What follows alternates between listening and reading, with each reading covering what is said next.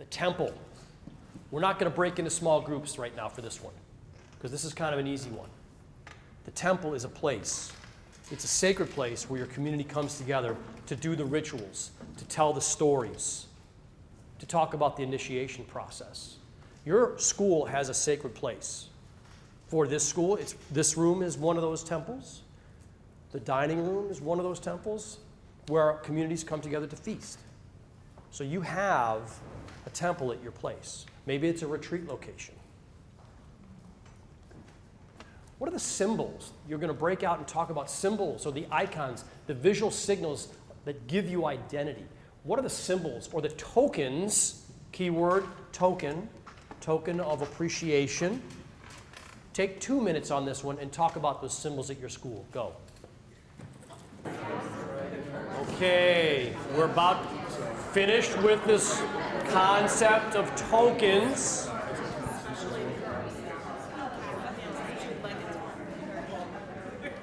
Some of you have politely asked if these slides would be available.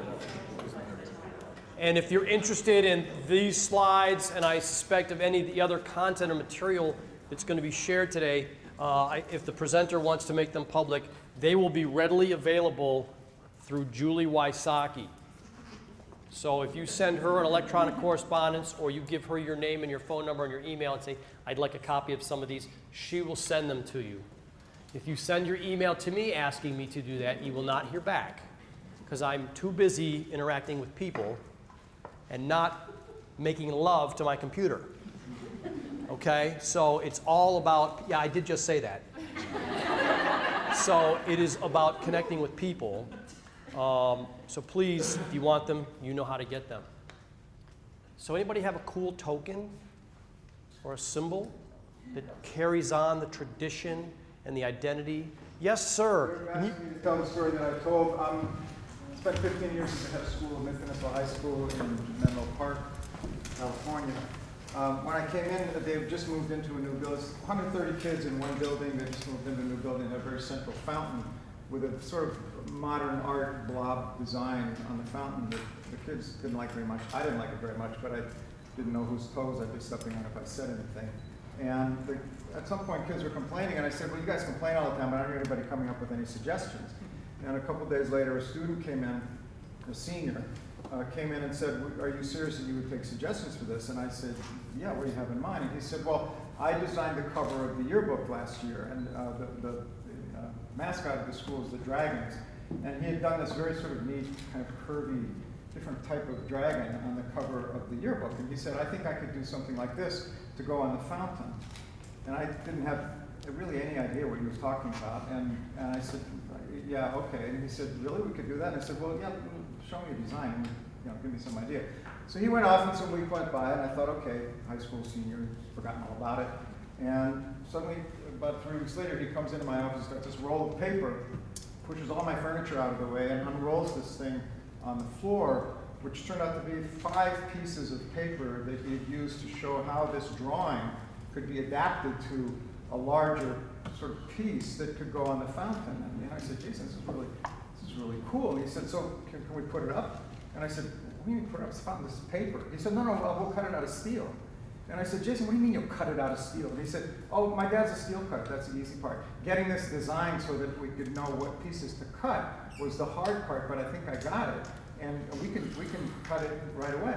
Nice. And I said, wow, that's really cool. And they said, so can we put it up? And did you? When? And he said, well, we can come in this weekend. So this was a Thursday. When I came in Monday, the fountain had this stainless steel dragon, but 5 feet by about 3 feet, where this blob art used to be. And he's got his name on a plaque. And I think it's symbolic of many different things, mainly the fact that we'll listen to the kids when they have ideas. And you allowed that to happen, and you said something that resonates in my mind. I don't want to step on people's toes. By the way, if you're going to be a school head, that's what you do for a living. But he got out of the way of the kids and empowered the kid, let that hang out there. The kid came back and said, you said this, here it is. So it still stands today. Any pushback from the community when you did that? Any pushback from the community when you did that? No. That's so great. I think art teacher who was responsible for the art that was up there originally had moved on. So I didn't have to deal with that. But no, and it gets a lot of response from the people who visit the school. Nice. And that's a key, centrally located token or symbol at your school near a spot of temple, because it was kind of central. That's nice. We'll do one more. We're not going to break out just in the spirit of time. But there are rings in our schools. There are rings. So I want you to think about the rings of the community. There's the guests that are trying, that are circling, that are exploring and looking in. Novices, people that are in but they're new. Advancing to members, you're a recognized member. You're wearing the token. You're speaking the language. You're telling the stories. You're taking others to the temple as you build your community. Then you get to the elders, a little bit of gray in the hair. You know a few stories. Senior leaders, and then the masters. All of your schools, whether they're young or old, small or large, have rings. And we know these rings.